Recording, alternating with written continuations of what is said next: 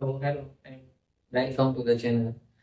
तो आज स्टार्ट करेंगे क्लास 12 का हमारा first chapter, that is electricity. ये आपको सीबीएसई, जेई एंड नीट में बहुत यूजफुल होने वाला है। तो सबसे पहले इलेक्ट्रिसिटी पे अगर डिस्कस करें तो आप लोगों ने देखा है कि अपने डेली लाइफ में काफी इलेक्ट्रिसिटी हम देखते हैं, जैसे बल्ब में देखा हमने, फैन देखा, ये सारी इलेक्ट्रिसिटी की डिवाइस ही है ना, सारा कुछ इलेक्ट्रिसिटी में ही काम करता है। वायर में देखा अपने आसपास पूरा, हम आजकल तो वायर में ही घिर चुके हैं कि सुबह से शाम, एंड मॉडर्न लाइफ जो हो गई है वो पूरा इलेक्ट्रिसिटी बेस्ड ही हो गई है। एंड बहुत सारी जगह हमने थंडर लाइटिंग में भी देखा है। और ये जो सम फिनोमिना होते हैं कि कोम्बो रब करा, छोटी क्लास में देखो वो कोम्बो है रब करा and small piece of paper को अट्रैक्ट करा लिया, तो इसमें भी क्या काम कर रहा है हमारा, इलेक्ट्रिसिटी काम कर रहा है। इसके अलावा भी बहुत सारे फिनोमिना है जिसमें हमारा इलेक्ट्रिसिटी काम कर रहा है। तो आज थोड़ा सा इलेक्ट्रिसिटी के बारे में ही एक लेते हैं कि इलेक्ट्रिसिटी है क्या, और इसके बारे में थोड़ा समझते हैं। तो स्टार्ट करते हैं। Electricity is the branch of physics in which we study about electric charge. That mean study of electric charge ही हमारी क्या है, इलेक्ट्रिसिटी है। समझे, study of electric charge is called electricity. इसको हमने दो पार्ट में डिवाइड किया है। First, when charge is at rest, तो क्या कहलाएगा ये, electrostatics. And when charge is in motion, it is called electrodynamics. तो इलेक्ट्रोस्टैटिक्स जब चार्ज रेस्ट में रहने वाला है, मतलब कि हमारे ये पेन पे कोई चार्ज आया, तो अगर ये रेस्ट है, मूव नहीं कर रहा है, तो उसकी जो भी हम प्रॉपर्टी डिस्कस करेंगे वो सारा कुछ इलेक्ट्रोस्टैटिक्स में आएगा। और जब ये चार्ज मोशन करना शुरू करेगा, पेन के अंदर मूव करना शुरू कर देगा, बॉडी टू बॉडी मूव करना शुरू कर देगा, वायर में मूव करेगा, तो उसकी ब्रांच को हम डिस्कस करेंगे यहाँ पे इलेक्ट्रोडायनेमिक्स में। अभी क्लास 12 के चैप्टर की बात करें तो चार्ज इन रेस्ट यानी कि इलेक्ट्रोस्टैटिक्स में आपको दो चैप्टर देखने को मिलेंगे, चैप्टर 1 एंड चैप्टर 2। एंड जब चार्ज मोशन करेगा तो उसमें आपको chapter 3, chapter 4, chapter 5 and 6 and 7 and 8। तो यहां से देखा कि इलेक्ट्रिक चार्ज की स्टडी ऑलमोस्ट हमको एक चैप्टर में डिस्कस करनी है क्लास 12 में, और मोर देन हाफ सिलेबस आपका इलेक्ट्रिक चार्ज पे ही बेस्ड है। सम प्रॉपर्टी इलेक्ट्रोस्टैटिक्स में और सम प्रॉपर्टी इलेक्ट्रोडायनेमिक्स में। तो सबसे पहले तो यही समझ लेते हैं कि जब हमें इतना कुछ इलेक्ट्रिक चार्ज के बारे में पढ़ना है कि आखिर ये चार्ज होता क्या है, तो आखिर ये चार्ज होता क्या है, तो चार्ज हमें देखने को कहाँ मिलेगा और कहाँ, कैसे ये चार्ज काम करता है। तो आप लोग जानते हैं कि ये वर्ल्ड में हमें मैटर देखने को मिलता है, एंड मैटर के पास दो प्रॉपर्टी मेन होती हैं। एक प्रॉपर्टी अर्ली डेज में पढ़ा था, मास। मास से कौन सी प्रॉपर्टी, कौन सा फोर्स बनाता है, ग्रेविटेशनल फोर्स। क्लियर, मास से कौन सा फोर्स बनाता है, ग्रेविटेशनल फोर्स। न्यूटन ने फॉर्मूला दिया था Gm1m2 तो जिसके बॉडी के बाद मास है उस बॉडी के बाद ग्रेविटेशनल फोर्स। और यहाँ पे दूसरी प्रॉपर्टी मैटर की देखी गई, जो इसका नाम क्या है यहाँ पर, चार्ज। मास से बनाएगा ग्रेविटेशनल फोर्स, चार्ज से बनाएगा इलेक्ट्रोमैग्नेटिक फोर्स, इलेक्ट्रोमैग्नेटिक फोर्स। तो क्लियर, तो हर एक मैटर के पास दो प्रॉपर्टी होंगी, एक मास होएगा और एक चार्ज होएगा। मास से ग्रेविटेशनल फोर्स, चार्ज से इलेक्ट्रोमैग्नेटिक फोर्स। तो चार्ज कहाँ मिलेगा, हर एक बॉडी में मिलेगा, यानी कि हर एक मैटर में मिलेगा। अब कैसे मिलेगा, लाइक दैट, अगर ये चार्ज बॉडी है, ये मैटर है, तो इसके अंदर आपको चार्ज कहाँ देखने को मिलने वाला है, कहाँ देखने को मिलने वाला है, इसमें चार्ज आपको फिजिकली कहीं पे देखने को नहीं मिलने वाला है। मैं ये नहीं कह सकता इस पेन पे चार्ज यहाँ होगा या यहाँ होगा या यहाँ होगा। ये इसकी कैसी प्रॉपर्टी है, ये इसकी इंटरनल प्रॉपर्टी है। इंटरनल प्रॉपर्टी मतलब कि आपको चार्ज इसमें फिजिकली बाहर से देखने को नहीं मिल सकता, इसको आप एक्सपीरियंस करोगे, फील करोगे, एक्सपेरिमेंट करोगे, तो इसमें कहीं आपको चार्ज फील होगा।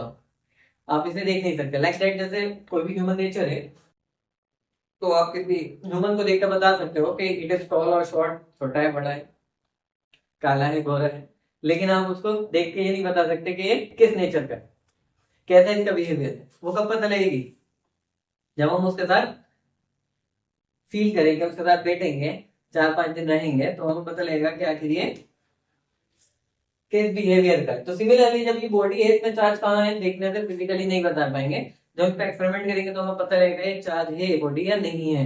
हमने इसे रब करा, रब करने के बाद पीस ऑफ पेपर अट्रैक्ट करा लिया तो कहेंगे this body is charge body. And उसके बाद हम देख रहे हैं कि ये पीस ऑफ पेपर नहीं अट्रैक्ट करा रहा है तो कहेंगे कि इस बॉडी के पास कोई चार्ज अब नहीं है। तो बॉडी को हम चार्ज कर सकते हैं एंड देन अगर उसने अपना फोर्स लगा दिया तो बॉडी कहलाएगी वो डिस्चार्ज। यानी स्टार्टिंगली देखा गया कि कुछ पीस ऑफ मैटर थे जिनको रब करके पीस ऑफ पेपर को अट्रैक्ट कराया गया। लाइक गिलास का हमने कोई काम किया, गिलास कोई वर्ड है, उसको जब सिल्क से रब किया गया और देखा कि उसके पास सिल्क से रब करने पर चार्ज आ गया। अभी देखिए जैसे हमने कोई क्लॉथ से रब किया है तो इस बॉडी पे कोई चार्ज आ गया एंड देन इस क्लॉथ पे भी चार्ज आ गया तो दोनों बॉडी चार्ज हो गई। एक बॉडी अगर सपोज करो पॉजिटिव चार्ज है तो दूसरी कैसी चार्ज हो जाएगी, निगेटिवली चार्ज हो जाएगी। सपोज दैट ग्लास को चार्ज करा उसने बॉडी को पेपर को अटैक कराना शुरू किया।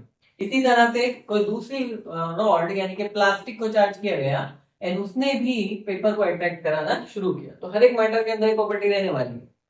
लेकिन थोड़ा डिफरेंटली जब देखा गया, जब दो ग्लास बॉडी को एक साथ लाए, ग्लास बॉडी दूसरी भी ग्लास, जैसे एक साथ लाए तो यहाँ अट्रैक्शन की जगह इन्होंने रिपल्जन स्टार्ट कर दिया।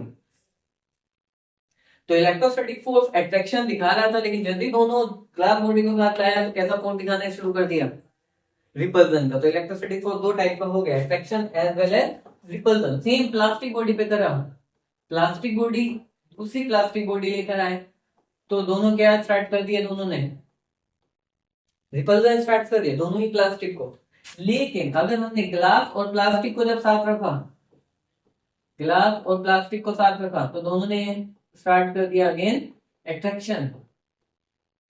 सो थ्योरी यहाँ से थोड़ी से अगर थोड़ा एक्सपेरिमेंट को समझे तो ये समझ आ रहा है कि चार्ज एक टाइप का नहीं है। चार्ज कितने टाइप का है, दो टाइप का, एक जो ग्लास पर आ रहा है और एक जो प्लास्टिक पर आ रहा है। जब ग्लास पे चार्ज आ रहा है तो दोनों सेम चार्ज को रखा तो क्या हो रहा है, यहाँ पर रिपल्जन हो रहा है। और जब अगेन प्लास्टिक को एक साथ रखा सेम चार्ज यानी कि तो रिपल्जन हो रहा है। और जैसे दो डिफरेंट चार्ज को हम एक साथ रखना शुरू कर दें तो क्या हो रहा है, यहाँ पर अट्रैक्शन हो रहा है। चार्ज एक टाइप नहीं है, चार्ज यहाँ पर दो टाइप है। जैसे हम यहाँ देखने वाले हैं, अगर दो सेम चार्ज मिलने वाले हैं तो रिपल्जन हो रहा है। अगेन दो सेम चार्ज नेगेटिव नेगेटिव मिलने वाले हैं तो रिपल्जन हो रहा है।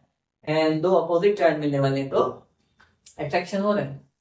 अभी कौन सी बॉडी पे कौन सा चार्ज, तो इसके लिए एक थ्योरी यहाँ पे कंसीडर की गई कि इस सीरीज एक बनाई गई इलेक्ट्रोस्टैटिक सीरीज जिसमें ऊपर वाला सब्सटेंस पॉजिटिव चार्ज कंसीडर किया जाएगा और नीचे वाला सब्सटेंस नेगेटिवली चार्ज कंसीडर किया जाएगा। ये थ्योरी हमने बना ली। नहीं है कि इस पे पॉजिटिव आया, लेकिन अर्ली डेज में मान लिया गया कि ग्लास पे पॉजिटिव आता है। तो ग्लास को अगर रब करना है सिल्क के साथ तो ग्लास पे कौन सा चार्ज आने वाला है, पॉजिटिव, और सिल्क पे कौन सा चार्ज आने वाला है, नेगेटिव।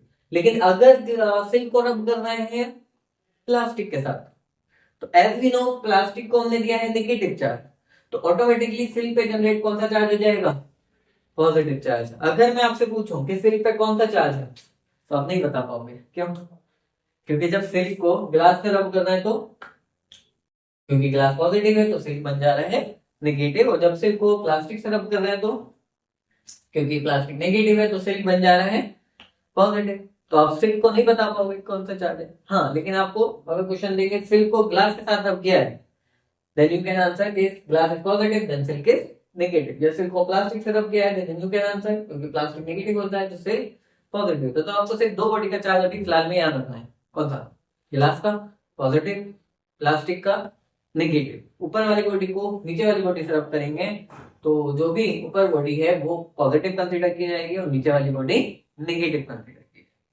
Okay, clear. नाउ थोड़ा सा अगर हम आगे बढ़े तो एक डिवाइस हमें मिलेगी जो चेक कर पाएगी कि given body is a charge और नॉट चार्ज। आपके पास कोई बॉडी है तो चार्ज है या चार्ज नहीं है, उसको मेजर करने के लिए हमारे पास एक डिवाइस है, उस डिवाइस को इलेक्ट्रोस्कोप बोलेंगे। कैसे काम करेगी, इलेक्ट्रोस्कोप में डिवाइस में हमने देखा कि कंटेनर होता है, उसके अंदर एक कंडक्टर से दो बॉल शीट हैंग करा देते हैं, लटका देते हैं, ऊपर को एक मेटल की बॉल लगा देते हैं, एंड अगर ये कोई गिवन बॉडी मैंने ली और यहां से टच करेंगे मेटल को, अगर इस पे चार्ज है इस बॉडी पर, तो ये मेटल बॉल से चार्ज कंडक्ट होता हुआ ये गोल्ड फॉइल पे चला जाएगा, एंड जैसे ही गोल्ड फॉइल पे चार्ज आएगा तो बोलते हैं दोनों पॉजिटिव चार्ज था, तो ये पॉजिटिव चार्ज यहाँ चले जाएगा तो दोनों पॉजिटिवली हो जाएंगे, एंड पॉजिटिव पॉजिटिव क्या कर जाएगा, रिपल। तो हमें इसको नोट करना है गोल्ड फ्री को, गोल्ड फ्री अगर रिपल हो रहा है तो the given body is a charge होगी, और हमने अगर कोई यहाँ पे बॉडी कनेक्ट की और यहाँ पे कोई भी हमें रिपल्सन शो नहीं हुआ, तो हेंस प्रूव्ड कि given body is not charge, like that. अगर डिस्चार्ज बॉडी देंगे तो यहाँ कोई रिपल्सन देखने को नहीं मिलेगा, और अगर हमने कोई पॉजिटिव चार्ज बॉडी ली तो पॉजिटिव ट्रांसफर हुआ फॉइल के पास, फॉइल ने इसको रिपल कराया और यहाँ से पता लगा given body is a charge. And similarly negative body भी कर सकते हैं, वो नेगेटिव चार्ज आएगा, दोनों जगह नेगेटिव हो जाएगा और दोनों एक दूसरे को रिपल कर देंगे। अब कहानी ये है कि चार्ज आके बॉडी हुई कैसे, इसके लिए सबसे पहली थ्योरी इलेक्ट्रॉन थ्योरी समझते हैं। इलेक्ट्रॉन थ्योरी के रब करने पर चार्ज आखिर कैसे आया बॉडी। तो as you know every matter is made up of electron and a proton, हर मैटर के पास इलेक्ट्रॉन्स होते हैं, हर एटम के पास इलेक्ट्रॉन्स हैं और साथ साथ प्रोटॉन्स हैं, and electrons and protons both are same in number. तो सपोज करो मेरे पास कोई एक बॉडी है, उसमें 11 इलेक्ट्रॉन एंड 11 प्रोटॉन है। सपोज करिए एक बॉडी है मेरे पास जिसमें 11 इलेक्ट्रॉन 11 प्रोटॉन है। अगेन एक दूसरी बॉडी है जिसमें 17 इलेक्ट्रॉन्स एंड 17 प्रोटॉन्स है। अभी अगर मैं इस ए बॉडी के बारे में बात करूं तो ये इस पे कितना चार्ज है, आप देख रहे हैं कि 11 नेगेटिव 11 पॉजिटिव, तो नेट चार्ज इसका कितना है, नेट चार्ज बताएं कितना है इसका नेट चार्ज, 0, क्योंकि 11 नेगेटिव 11 पॉजिटिव, देखें अलाउड ईच अदर, तो the net charge is 0। Again same भी बॉडी की बात करें तो इस पर कितना नेट चार्ज है, तो सेम 17 नेगेटिव 17 पॉजिटिव, तो यहाँ पे भी नेट चार्ज कितना होने वाला है, 0। अभी हम क्या करते हैं, दोनों बॉडी को आपस में रब कराते हैं। रब करने से दो केस पॉसिबल हो सकते हैं, या तो एक इलेक्ट्रॉन इसका इस साइड से ट्रांसफर हो सकता है, रबिंग करने में क्या होगा कि इलेक्ट्रॉन आपस में ट्रांसफर हो जाएंगे। Maybe A body B को इलेक्ट्रॉन दे सकती है, बी बॉडी ए को इलेक्ट्रॉन दे सकती है, ये दोनों केस यहाँ पे पॉसिबल है। तो सपोज दैट ए से रब किया और ए से एक इलेक्ट्रॉन बी को मिल गया, ये केस हमने सपोज किया।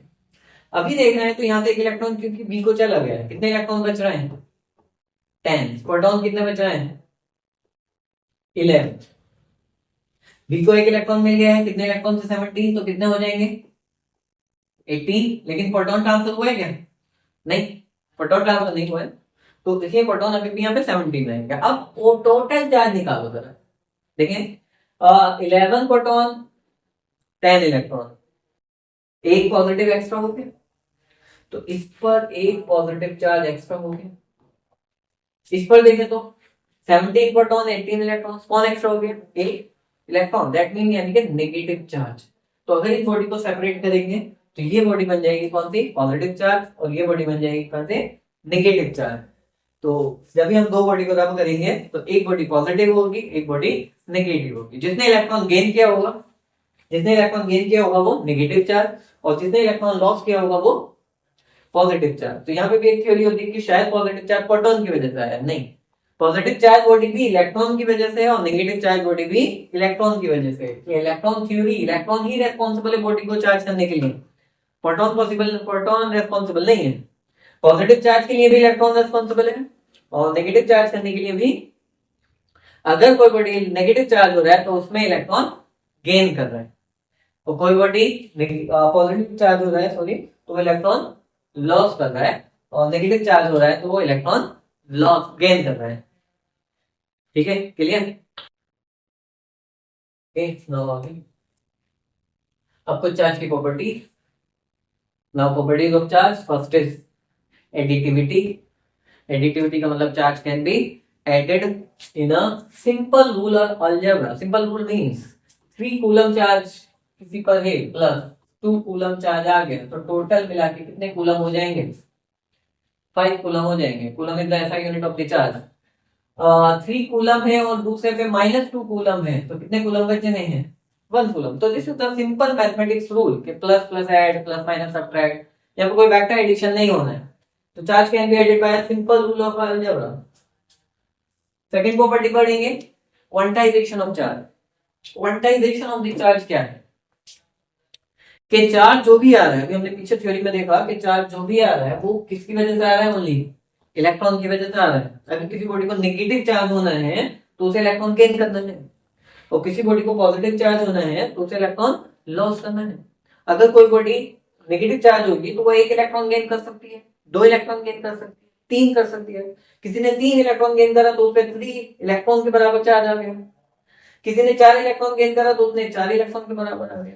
तो चार्ज इलेक्ट्रॉन्स के नंबर इंटीग्रल नहीं होएगा, या तो 1 इलेक्ट्रॉन का चार्ज आएगा, या 2 का आएगा, 3 का आएगा, 4 का आएगा। इसी तरह से क्वांटाइज होगा। क्वांटाइज का मतलब इलेक्ट्रॉन सब मान लेते हैं n है, तो किसी बॉडी पे कितना चार्ज हो सकता है? Ne। n near the number of electrons, may be 1 2 3 4। Quantize में रहेगा, कभी 3.5 इलेक्ट्रॉन्स का चार्ज नहीं आएगा। 3.5 इलेक्ट्रॉन ट्रांसफर नहीं कर सकते, या तो 2 को करोगे या फिर 3 इलेक्ट्रॉन को ट्रांसफर करोगे। पॉजिटिव या नेगेटिव दोनों हो सकता है। अगर बॉडी गेन कर रहा है तो नेगेटिव, और बॉडी लॉस कर रहा है तो पॉजिटिव। लेकिन गेन या लॉस जो भी होना है वो नंबर ऑफ इलेक्ट्रॉन 1 2 3 में ही रहने वाले हैं। ये charge is quantized. Now third property is conservation of the charge. In the nature charge remain conserve. एक बॉडी ने इलेक्ट्रॉन लॉस किया, दूसरी बॉडी ने इलेक्ट्रॉन गेन किया। अगर आप यहाँ पे टोटल चार्ज अगेन निकालो तो चार्ज एक बॉडी से दूसरी बॉडी में क्या हो गया है? ट्रांसफर हो गया है। चार्ज को हमने क्रिएट नहीं करा है, चार्ज को हमने डिस्ट्रॉय नहीं किया है। तो charge neither be created nor be destroyed but can be transfer from one body to another, सिर्फ एक बॉडी से दूसरी बॉडी में। हेयर से तो बॉडी को रब कराया, एक बॉडी पॉजिटिव हो गई, किस पे चार्ज आ गया? तो कहां से आया? ये हेयर से आया। तो यहाँ से यहाँ बॉडी का चार्ज ट्रांसफर हुआ है, हमने कोई चार्ज यहाँ पे क्रिएट नहीं कर पाए। तो चार्ज रिमेन कंजर्व। तो 3 बेसिक प्रॉपर्टीज यहाँ पे चार्ज के देने वाली। एडिटिविटी, इसमें कह रहा है कि चार्ज नॉर्मल एडिशन से ही सॉल्व किया जाएगा, तो यहाँ वेक्टर अलजेब्रा नहीं लगेगा। क्वांटाइजेशन के चार्ज हमेशा इलेक्ट्रॉन्स के इंटीग्रल मल्टीपल में रहने वाला है। 1 2 3 4 types of integral charge electrons का रहने वाला है। Third property conservative of charge, charge में कंजर्व्ड चार्ज कहीं पर क्रिएट या डिस्ट्रॉयड हम नहीं कर सकते। मेथड ऑफ चार्जिंग में अगर बात करें, मेथड ऑफ चार्जिंग, तो चार्ज को हमने 3 टाइप से चार्जिंग कर सकते हैं। एक बाय रबिंग, जैसे हमने देखा कि एक बॉडी को दूसरी बॉडी से रब कराया तो चार्ज, रब करने से चार्ज हो गया। एक बॉडी ने इलेक्ट्रॉन गेन किया, दूसरी बॉडी ने इलेक्ट्रॉन लॉस किया, इस तरह से पहली बॉडी भी चार्ज हो गई, दूसरी बॉडी भी चार्ज हो गई। तो रबिंग से हम चार्ज देखें। दूसरा चार्ज हो सकता है बाय कंडक्शन। कंडक्शन में क्या होता है? एक बॉडी को दूसरी बॉडी से सिर्फ टच कराया, एक बॉडी को दूसरी बॉडी से सिर्फ टच कराया, रब नहीं कराया। अभी रब करने तो सही था कि 2 बॉडी आई आपस में रखी, इलेक्ट्रॉन फंस गए यहाँ पर, और जैसे ही हमने रब करा तो इलेक्ट्रॉन एक बॉडी से दूसरी बॉडी में ट्रांसफर हो गए। लेकिन अब ओनली टच करने से इलेक्ट्रॉन कैसे ट्रांसफर होंगे? सिर्फ बॉडी को यहाँ लाके टच करा दिया। टच करने से क्या होगा कि पहली बॉडी हमें यहाँ पे चार्ज देनी पड़ेगी, ऑलरेडी पहली बॉडी ऑलरेडी चार्ज। रबिंग में क्या था? दोनों बॉडी अनचार्ज, ये बॉडी पे भी नेट चार्जिंग होता, ये बॉडी पे भी नेट चार्जिंग होता, दोनों को रब कराया एंड रब करने में पहली बॉडी भी चार्ज हो गई, दिस पॉजिटिव सपोज, तो दिस बिकम नेगेटिव। लेकिन कंडक्शन वाले मेथड में हमें पहली बॉडी चार्ज लेनी पड़ेगी। लाइक एपन आई टोल्ड, हमने लिखी पहली बॉडी नेगेटिव चार्ज थी, इसको किसी अनचार्ज बॉडी से जैसे ही टच कराया तो इसमें जितने भी चार्ज पार्टिकल थे ये इस बॉडी को क्या हो गए? ट्रांसफर हो गए, क्योंकि चार्ज सारे एक दूसरे को रिपल गए। जैसे इसे अनचार्ज बॉडी मिली तो सारा चार्ज यहाँ चला गया। जब हम इस बॉडी को हटाएंगे तो ये बॉडी भी हमें क्या मिल जाएगी? यहाँ पर चार्ज मिल जाएगी। सपोज दैट अगर एक बॉडी पे 100 ऑफ चार्ज थे और दूसरी बॉडी पे 0 चार्ज था, तो जैसे ही टच कराया तो चार्ज सारे के सारे इधर आने शुरू हो गए। इधर चार्ज बढ़ते जाना है, इधर चार्ज कम होते जाना है। तो कब तक होगा ये ट्रांसफर ऑफ चार्ज? जब तक दोनों में चार्ज क्या ना हो जाए, इक्विलिब्रियम सेट ना हो जाए, इक्वल नहीं हो जाए। तो जैसे इक्वल हो जाएंगे फिर चार्ज का ट्रांसफर रुक जाएगा, क्योंकि इधर से रिपल इधर से बराबर हो गया। अब इस बॉडी को सेपरेट कर लेंगे एंड देन देखेंगे कि ये बॉडी हमें चार्ज मिल गई। तो चार्ज बाय कंडक्शन। तीसरा मेथड है चार्जिंग बाय इंडक्शन। इंडक्शन में देखें तो बॉडी को चार्ज करना है लेकिन विदाउट टच।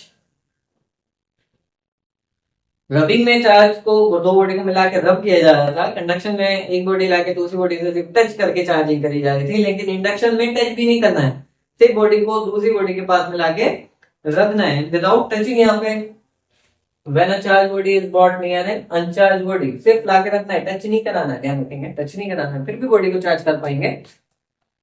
जैसे ही हम इसको लाएंगे तो इसके चार्ज यहाँ पे ट्रांसफर नहीं हो पाएंगे क्योंकि बीच में कौन आ चुकी है, एयर। जैसे कंडक्शन में हो गया था, सारा चार्ज जाके दूसरी बॉडी में ट्रांसफर हो गया था, जब तक इक्विलिब्रियम सेट ना हो जाए। यहाँ नहीं हो पाएगा क्योंकि यहाँ बीच में कौन है, और air is a perfect insulator जो अलाउ नहीं करेगा चार्ज को इधर से उधर जाने के लिए।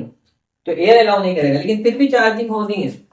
वो कैसे, कि नेगेटिव आ गया है, ट्रांसफर तो नहीं हो पाएगा इसमें, बीच में एयर है। तो नेगेटिव क्या करेगा, इसके अंदर जो नेट पॉजिटिव चार्ज था उसको खींचेगा, अट्रैक्ट कराएगा। नेगेटिव अट्रैक्ट कराएगा किसे, पॉजिटिव को, और रिपल कराएगा किसे, नेगेटिव को। तो कुछ इस तरह से पोलराइज हो जाएगी बॉडी। पोलराइज कर कहते हैं एक चार्ज एक जगह आ गया, दूसरा चार्ज दूसरी जगह आ गया। एंड इसके साथ यदि हम अर्थिंग करते हैं, अर्थिंग में सारा नेगेटिव कहाँ चला गया, अर्थ की साइड चला गया। अर्थिंग में सारा नेगेटिव चार्ज अर्थ में चला गया, एंड देन जब हम बॉडी को सेपरेट करेंगे तो सारा पॉजिटिव इस बॉडी पे अलग मिल जाएगा।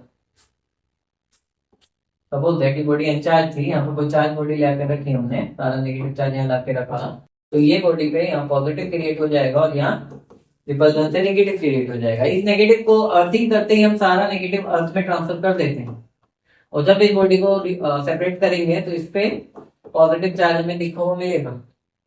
तो this is the method of induction. तो चार्जिंग के हमने तीन मेथड यहाँ पे समझे, one is rubbing, conduction and induction. Rubbing में तो रब करा लेते हैं, कंडक्शन ओनली टच करा लेते हैं, और इंडक्शन में तो विदाउट टचिंग ही बॉडी पोलराइज्ड होकर अर्थिंग करा के चार्ज कर लेते हैं।